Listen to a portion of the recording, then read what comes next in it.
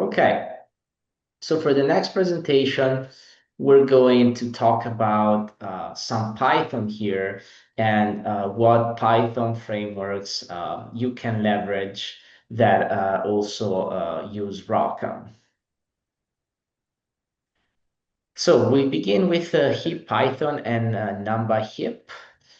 So we've been in contact with the developers of heap Python because we kind of stumbled upon it and we're like, well, this looks kind of interesting, and we think that it might be actually helpful for anyone that's using Python because with heap Python, basically you get access to the heap API leveraging a wrapper layer. So you can use that heap API calls that you will use in your C code in Python, leveraging heap Python. Basically, this is the idea. And heap Python, to do that, provides the low-level Cython bindings for that, and as well as the heap runtime and some of the most popular ROCm libraries such as HeapBlast, HeapRan, FFT, and we also have Rico and ROCTX for the markers for profiling. So HeapPython is interoperable with CuPy, in case you are already familiar with that, and also is an entry point to heap NumPy and heap NumPy. One interesting thing about heap Python is that you can also leverage the unified shared memory as you would normally do with heap Python as well. So you just need to set HSAXNAC to 1, as we have mentioned already in several settings and discussions. Okay, so to install heap Python, you have to be a little careful. It is not just a simple pip install because you're going to have to go to this website here, which is the test PyPy site. And so when you do your pip install, you're going to have to specify this URL here. And then for the version, we're doing 6.4 in this case. We have this fixation with keeping the Python path clean. So we always suggest that anytime you run a pip install, you make sure that you are specifying the installation directory. This command most likely was done from a virtual environment, so that's a different story. So yeah, so you have to be careful also about the fact that on PyPy, there is another package called heap-python, which is not from us, or at least it's not related to the heap-python that we'll be discussing here. So yeah, so just follow these directions if you're interested in installing it. So yeah, so we are going to look into a few of these heap Python examples, and I think it's going to be interesting because this is going to look pretty similar to what I have showed you yesterday when we talked about pure heap. So hopefully you can see interesting parallels here between yesterday and what we're talking about right now. So yeah, so as we did yesterday, where we had that macro to check our API calls, here what we can do is we can define this heap check function, and where basically the first value is the error code and the second is a string describing the error. So that's very similar to what I showed you yesterday with the macro. We can also get the device properties, just as we have discussed yesterday. Notice that now you'll have to do the heap dot and then heap device prop, which is the usual Python syntax. And we can also have examples where we call heap blast using heap Python. So this here is our Python code where you see we are importing heap and heap blast from our heap Python. We are using NumPy to define some arrays on the host.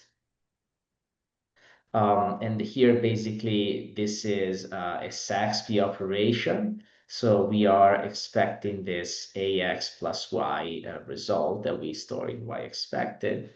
And then you see we are calling heap_malloc here from Python just by doing the heap dot heap_malloc. And then this is a continuation of the previous slide. We are doing a memcopy using the arrays that we have defined with NumPy, and then we're basically copying them into the ones on the device. Notice that the syntax for the memcopy is dangerously similar to the actual heap syntax. I say this because it's similar enough for you to feel confident that you can, write it, but different enough to you for you to not be able to actually do it if you don't have examples. For instance, here you need this heap dot heap mem copy kind dot and then the type of copy. So I mean, you need to know this, otherwise there's no way you can come up with this mem copy kind object here. So that's why we're showing you these examples, and there is some pretty good documentation available. It's a little scattered, but we can point you to that if you're interested. And I think we may have the link on the slide as well. But see here, we are creating the heap plus handle, much like what you would do on your C code. And then we are calling this heap plus Saxby as well for heap plus.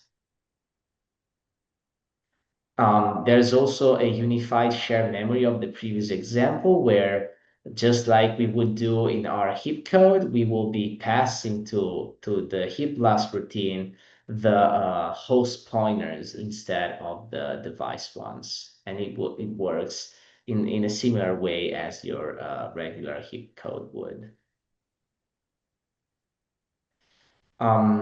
Okay, so a brief mention of Cython and Number heap.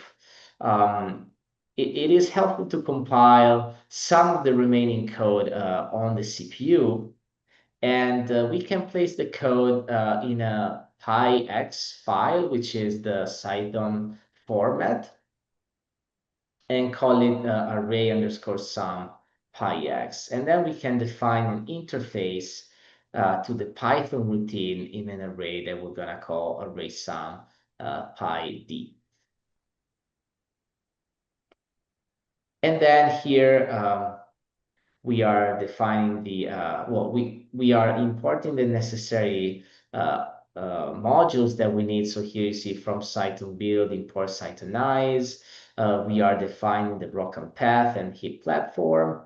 And then here we are setting some of the important environment variables that we need, leveraging the broken path. And then here we call the Cythonize function using this information that we have set up earlier, basically.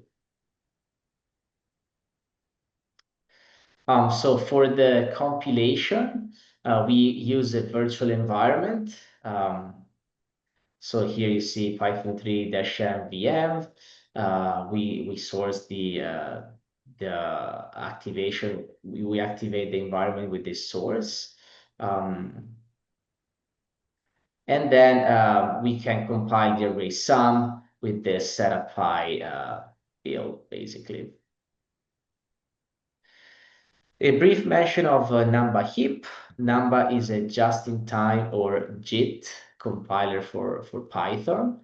And it is installed in the cluster as part of the heap Python module as well. So if you want to experiment with it, there's a few instructions here on how to install it. And see here, we are once again installing HipPython first, and then we're installing NumberHip, specifying this specific Git repo here, which is from the Rockham fork. Well, I should say the Rockham repo, and then there's a specific repo for NumberHip. We have an example as well. And notice here that in this example, the code differs from CUDA only in the line that has the hat, where basically instead of having hat CUDA.jit, you would have hat hip.jit.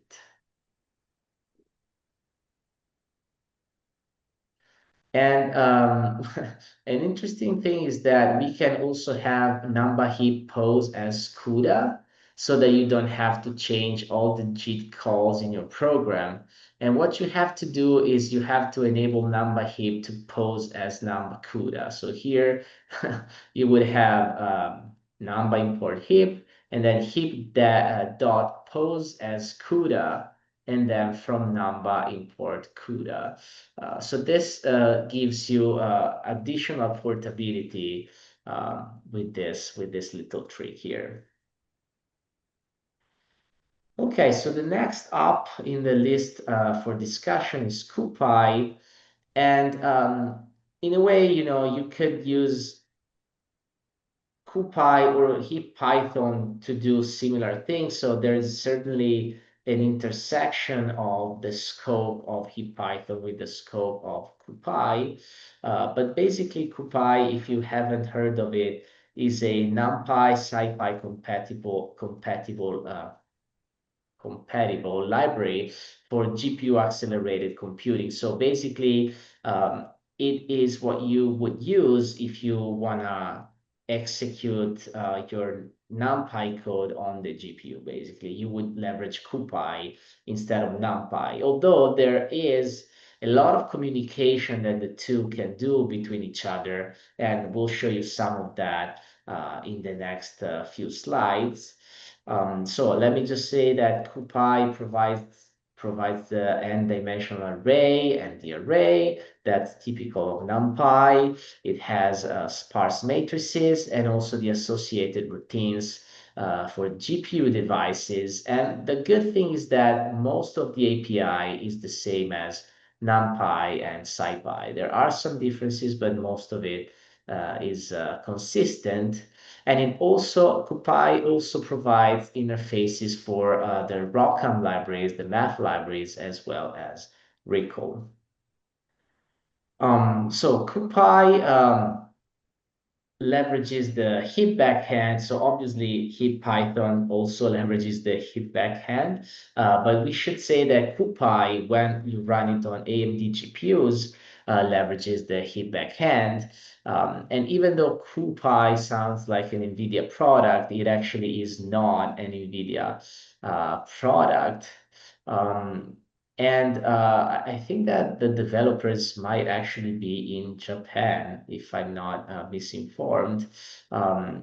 But the thing to keep in mind is that because CuPy leverages the heap backhand, we've talked about the kernel launches that are non-blocking for the host yesterday, and therefore they will also be non-blocking when you use them on CuPy. So you see there's appropriate routines or function calls that you have available on CuPy to do the synchronization. So you'll have CuPy.CUDA.device and .synchronize.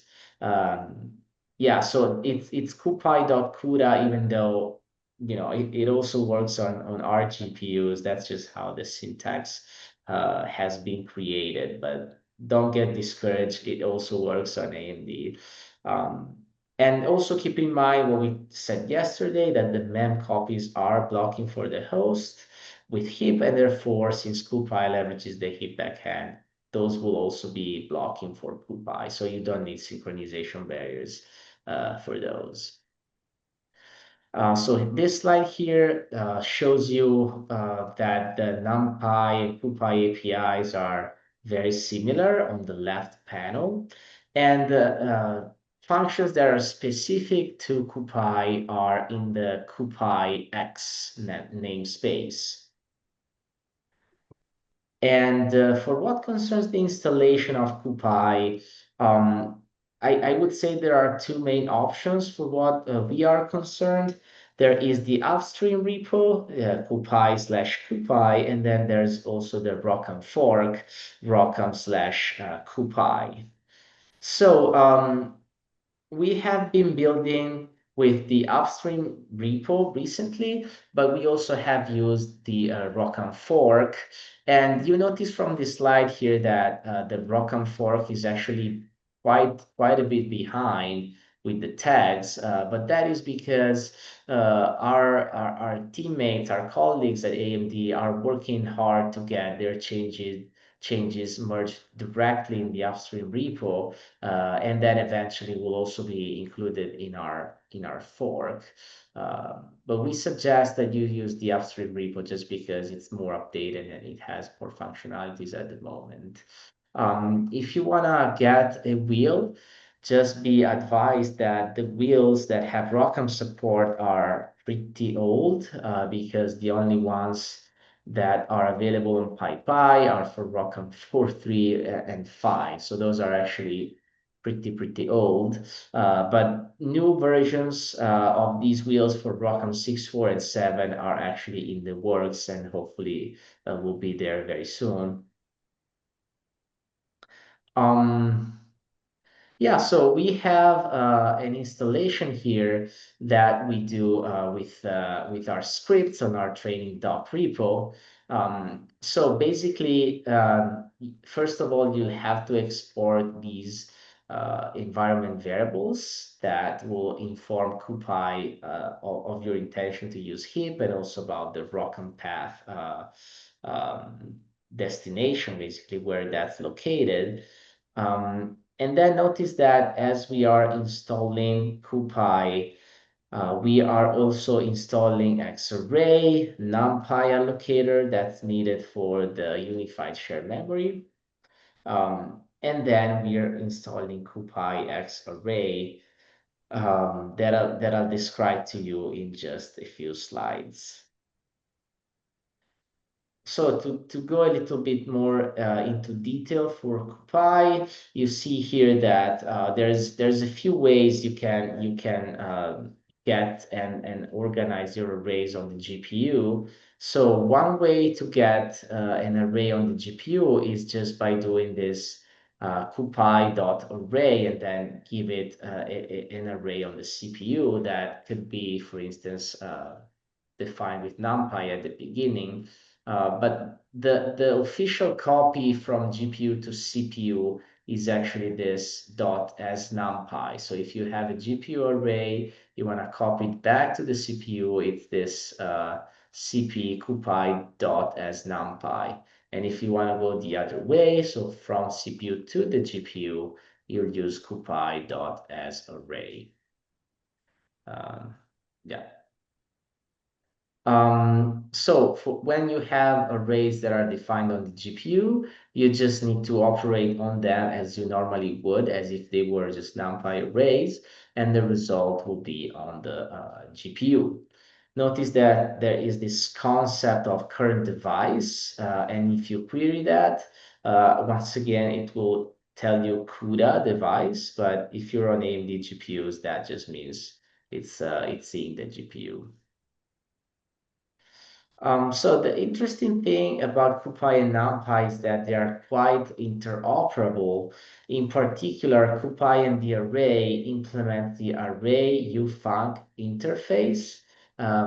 With the ufunc, basically, you can do things such as declaring an array on the GPU, like here, the third line, but then passing it to NumPy. And the interesting thing is that the return type will be consistent with the initial type.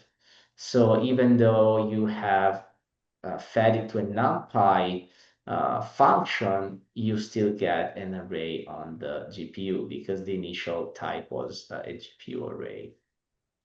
You can also leverage the implementation of CuPy of the array function interface that allows you to basically supply a GPU array that you have created with CuPy to an algorithm from NumPy, such as here the QR factorization.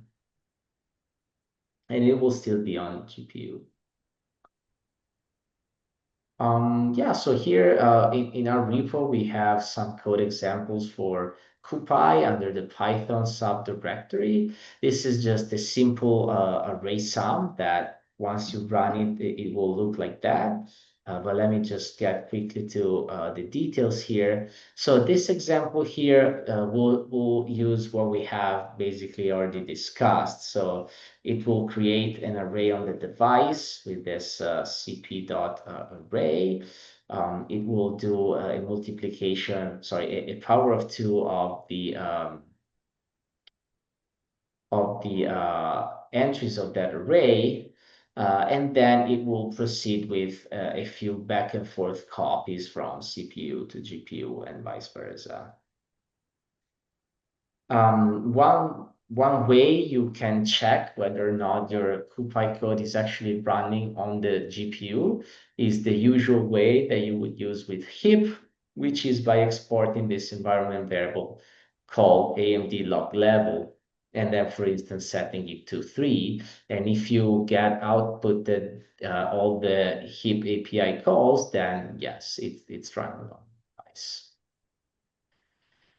So it's interesting that with CuPy as well, unified memory is supported, and there are specific instructions on how to do it in the documentation that we are reporting here. So basically, it all revolves around, first of all, installing the NumPy allocator. Then you need to include this code here that they are mentioning so that you can make a memory pool from which CuPy will draw system memory. And then you need to switch to the aligned allocator for NumPy. And then you need to set CuPy enable UMP equal to 1. But since you're also running on our GPUs, then you need to export HSAXNAC and set it to 1 as well. So if you're interested in taking a look at more examples, we recently participated in organizing an MI300A tutorial at ICPP. Actually, it was 2 tutorials, one on HPC, one on AI. And Igor Sviligoy has some examples from his tutorial there that also explore unified shared memory. One last mention for CuPy is CuPy Array. In case you are working with multidimensional data that's labeled, you are familiar with Xarray with Python. And if you are, then most likely you have been waiting on your data to be processed for at least a couple of minutes. But you can use Xarray together with CuPy to make that data processing faster. And you just need to install CuPy Xarray like this after you have installed CuPy. So we have an example in our repo here that's called just CuPy Xarray test.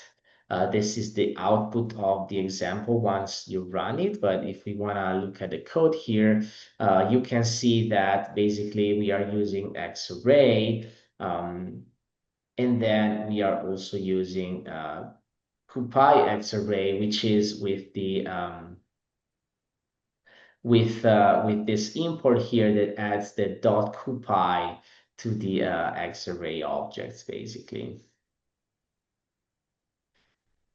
Okay, so the last one for this presentation is MPI4Py, which, as the name suggests, is basically a set of bindings for MPI so that you can use MPI in Python. That's the idea. And the good thing about this is that if you are leveraging an installation of MPI that's GPU aware, then you can also use that in your MPI4Py. So for what concerns the installation, there's a few things that need to be done to make sure that you are indeed using the installation of MPI that you want. So in our installation script, this MPI path points to the GPU aware installation um, that we have done before proceeding with MPI4Py. And then you need to do this echo here and set all these entries in the MPI.config file in the MPI4Py repo. And then you can proceed and fire the Python 3 setup py build and build your wheel and install it basically. So a quick comparison of the MPI4Py and OpenMPI API. There's a lot of PI in this presentation. But yeah, notice that if you wanna deal with generic Python objects with MPI4Py, then you need to use methods that are all lowercase. Whereas for buffer-like objects, then you'll need methods that have one uppercase letter. But notice that the syntax is intentionally very similar to OpenMPI. So for MPI4Py, you have all reduce, and then for OpenMPI, you have MPI underscore all reduce, and so on. Okay, yeah, so there's a note here about GPU-aware MPI and MPI4Py. So if you have built MPI4Py against the GPU-aware MPI implementation, these can be passed to uppercase methods as long as they have either the underscore DLPack and DLPack device or the underscore CUDA array interface. Only C contiguous or Fortran contiguous array are supported. And you also have to be careful and keep in mind that GPU buffers must be ready before any MPI runtime, MPI routines deal with them, because you need to avoid race conditions. So as usual, it's helpful to keep in mind that you might need to do some synchronization to make sure that everything is where you want it to be. So for instance, here we have an example that's intended to show that. So this example here is using MPI4Py and CuPy, and you already know that CuPy has the necessary tools to perform synchronizations. So here you see we are doing an all reduce. We have a couple of CuPy calls that allow us to define the send buffers and the receive buffers. But then before we proceed with the all reduce call, we are doing the synchronization. So that before the MPI call can proceed, we know that then the data is where we need it to be. And yeah, so this example is in our repo under the Python directory. There's a subdirectory for MPI4Py, and you can run this and get an output that looks like this. Probably an interesting thing here is that you're using Python and MPI, so you may wonder how to actually run it, and you just need to append MPI run and then the number of processes to your usual Python execution mode. Okay, so once again, if you want to verify that you are running on the GPU, you can export that AMD log level environment variable and keep an eye out for the HIP API in the output that you get. Yeah, so there's actually more content that you can browse if you're interested in more detail. In the CuPy documentation, there's a paragraph that details the CuPy versus NumPy speed comparison. There are interesting real-world examples for CuPy X-Array in their documentation. And then there's also an interesting presentation on MPI from Rolf Rabencypher at HLRS that also talks about MPI4Py. Yeah, so this is all for Python. That was a lot of Python for one single presentation. Hopefully it was sufficiently clear, the Python overdose.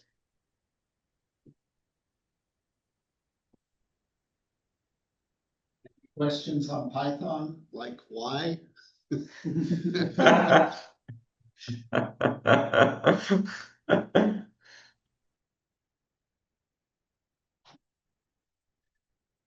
Is it difficult to build MPI4Py against a GPU-aware MPI implementation, or is it fairly straightforward? Oh yeah, with our script it's pretty easy. We have you know about our repo, right, with all the scripts. Once you have installed, yeah, let me do that.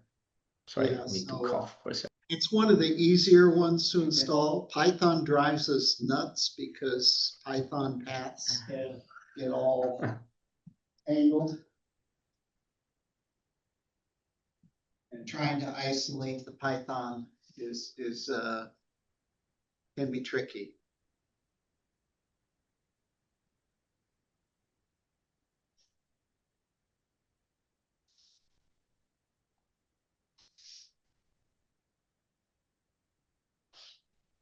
So it's actually pretty short. Mostly it's just like what we were showing on the slide. So just this is the relevant part. After you clone the repo for MPI4Py, you just need to set the MPI config that they have there to point it to your installation. You want to make that font a little larger? Sorry about that. Yes. That's good. So in all of our installation scripts also, you will find at the bottom, it actually creates the module file. And in this module file, what it's doing is setting the Python path.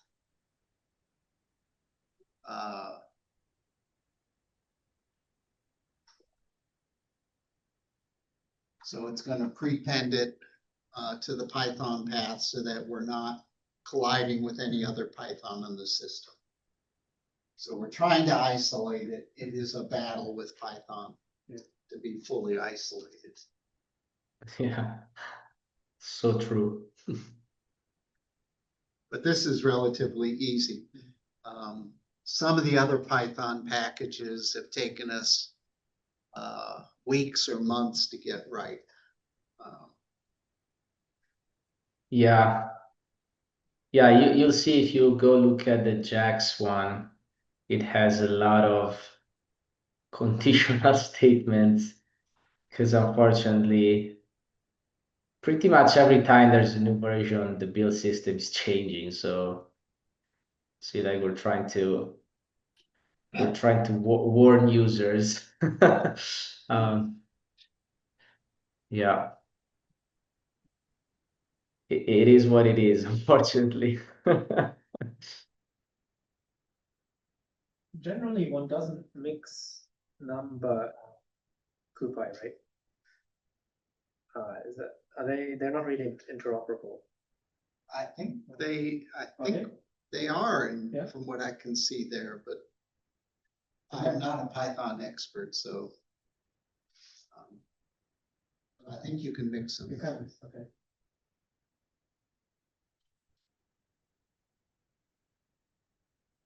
I know we did well, when I was at Los Alamos in the summer school, with a student, we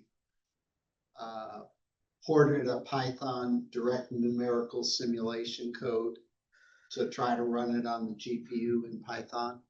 And we struggled, the documentation has been very weak for the Python packages. So this is one of the reasons we spent some time on this. And we actually got a lot of it running, but it did a data conversion just before going into MPI4Py. And the performance just tanked. So we were able to be successful in that short summer project.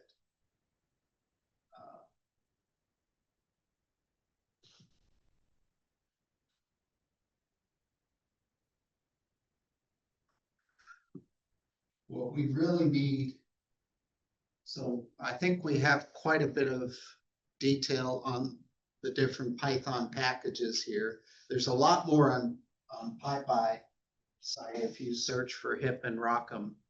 What we're missing is examples of sort of pseudo, mini applications to show how you would do a physics code or a stencil code or particle code in Python. I mean, we often use Python for prototyping rather than actual, so it can be useful, but if it takes more time to actually write Python code that in the end runs on GPU or multiple GPUs, then it's not really prototyping anymore. So yeah, I think we spend a lot of time fighting the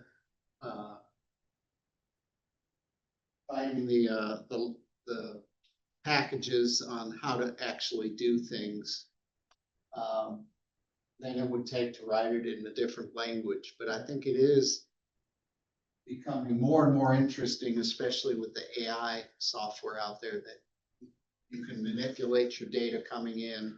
It might be the key to get your AI application, your AI for science running.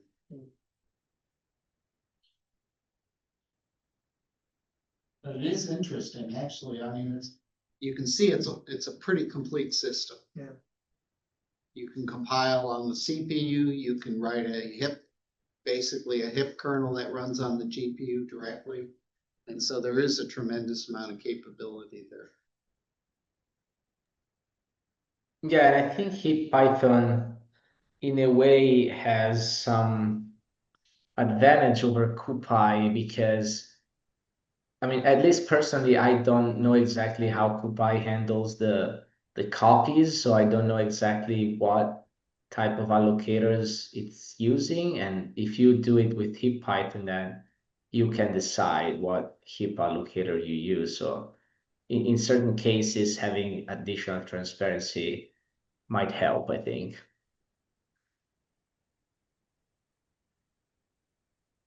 Okay, we got a question in the chat, and are low precision numbers and matrix operations for low precision numbers supported in Python or SciPy or NumPy? I think we got a homework assignment, Giacomo. Yeah, I don't know right now. I'm gonna have to check. Yeah.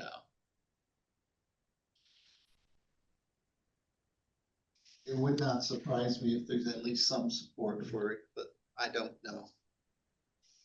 Again, we need some examples.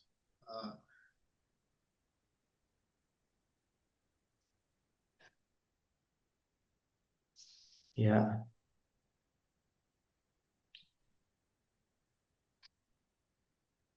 And as usual, you can mix this Python code. And if you've got a HIP array, you should be able to mix it with HIP code. So I think that's the real attractiveness, is that you can write your high level in Python and access low level operations. It may take more work, but that may be very attractive, just like you're calling the HIP laws and ROC laws from the Python. We had a question in one of our workshops of whether you could call, what's the sparse solver? Magma. And our HIP Python developer said that it would be a fairly simple operation to wrap the Magma calls and call it directly.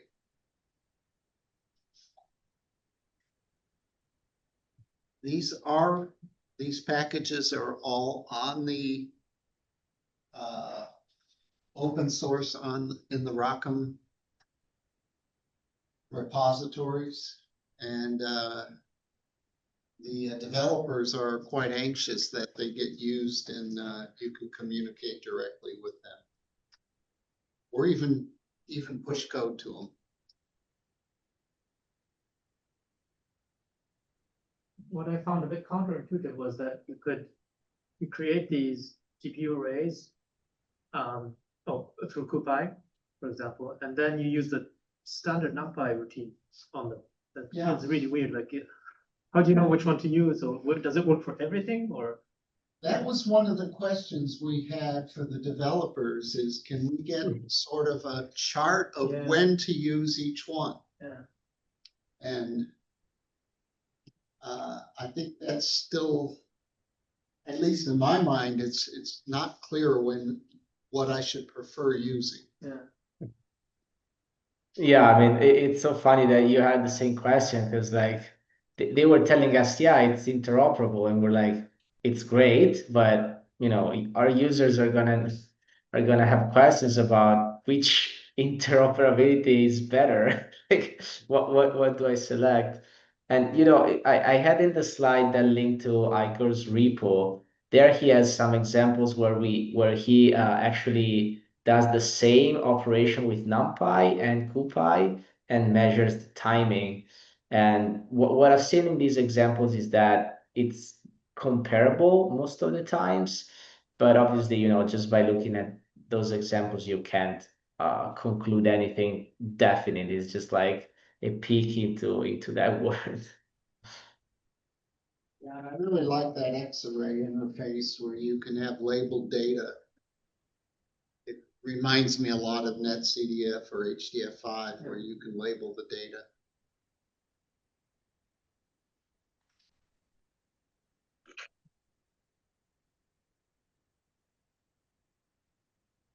Okay. We are about 15 minutes ahead of schedule. We have some time for Python exercises. I'll give you the option. Do you want to do those exercises? Let's take a 10-minute break and start the ML AI presentation 15 minutes early. Does that sound good to you, Giacomo, given it's like midnight? Yeah, I might just get my first coffee of the day. You're doing first, you're counting that as first coffee of the day or night? Well, yeah, it's past midnight, so I think that makes it a Wednesday coffee. I think you want to sleep a little bit there, Giacomo. Okay, so next one at 40, right? Yeah. So in Okay. 10 minutes. See you in 10.